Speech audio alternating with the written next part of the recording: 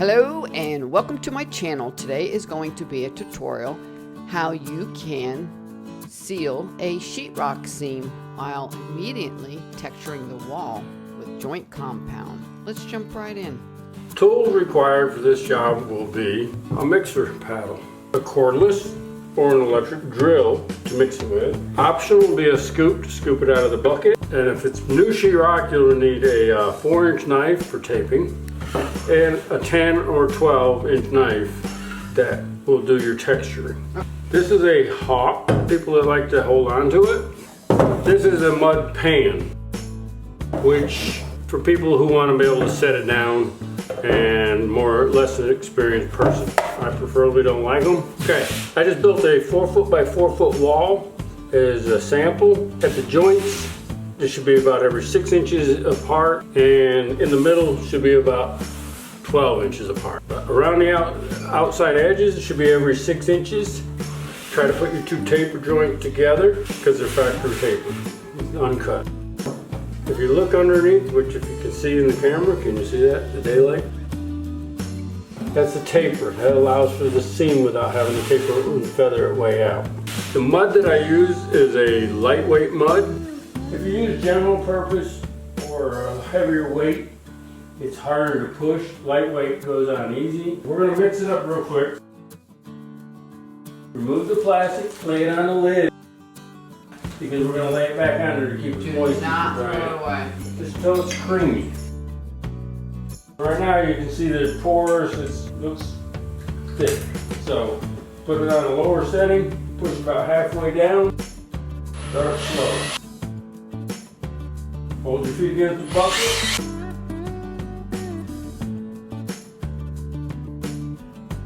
You can leave your paddle into it until you're done in case you want to mix it up if it starts thickening.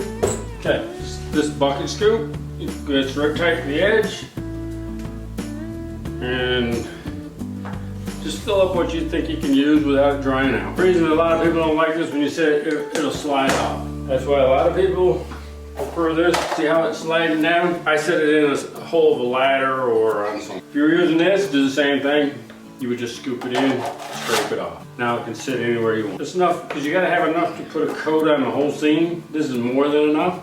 I'll add a little more for the joints. So plastic offside, just set the cover over it. Okay, we're back at the wall, ceiling, or closet, whatever you're doing. So I use the paper tape. I don't use the beeswax. You can get it at Home Depot. Because if you're doing this seam and it does shift or whatever, the wax will crack a lot faster than the paper. Wax itself sticks so you don't have to hold it and won't slide around. Take your paper, throw it out, get rid of all this scrap. Just put your knife there and make it look square. Pull it a little bit of an angle, it cuts it nice and even. Now take your mud pan. So what I do is I just stick in about what I want, tilt the caulk up, keep it on your trowel. Then you put a nice even coat down through here. Don't make it look pretty at the moment, but just nice flat even seam.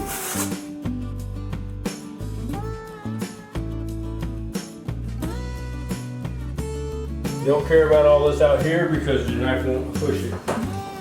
When it looks like you got a nice even thing, take your tape, align it centered on the crack, bring it down to the other end. So what I'm doing is I start up here, don't get it right on the edge because it will roll. Just come in just a little bit and just drag it nice, even stroke, pushing the mud off and under the tape. So once you feel you got it good, you can go all the way to the end now and then clean up your mud.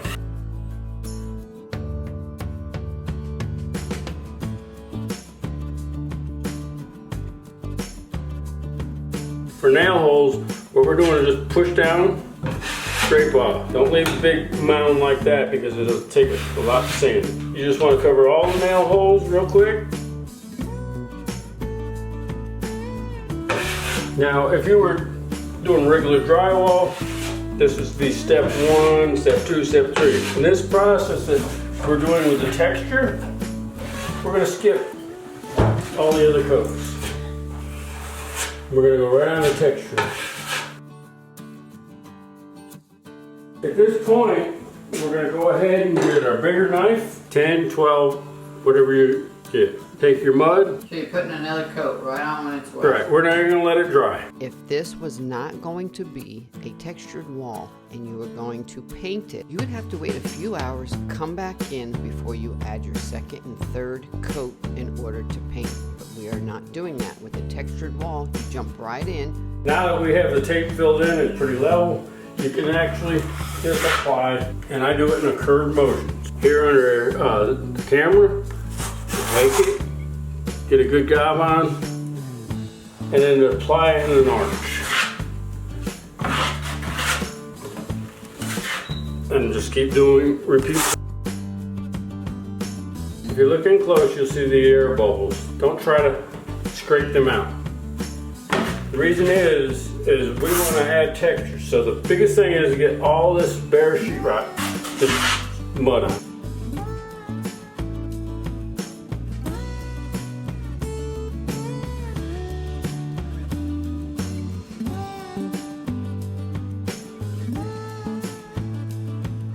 Sometimes you like it long as that. If the sheetrock is covered, leave it. If you want more swirls, go a different direction.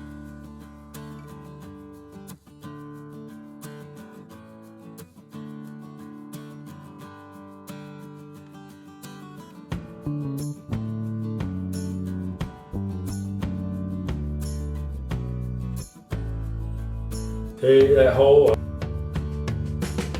Don't try to take it out because you'll like it. You'll like the texture when it's done.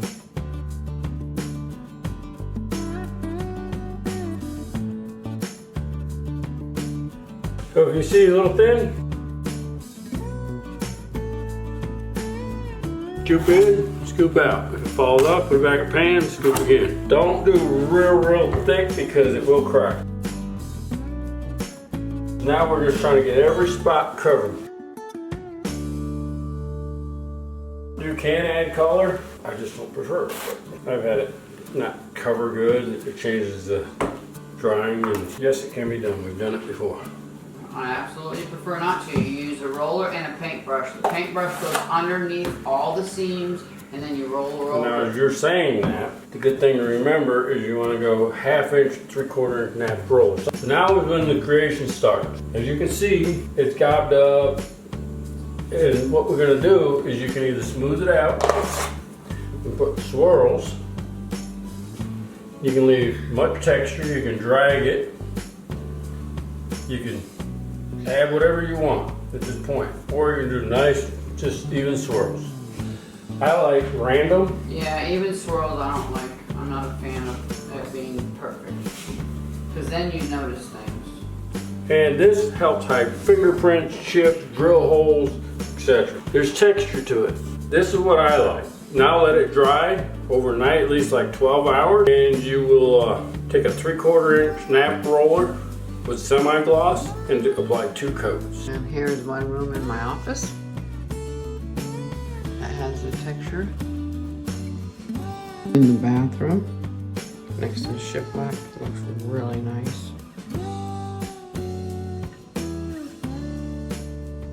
Hallway and the kitchen. We did it and painted it gray. Please hit the subscribe, comment, share, and spoiler alert, we are going to do an awesome video next with pallet boards, making the old-fashioned lathing strips. You won't want to miss it. Stay tuned. Thank you for stopping by.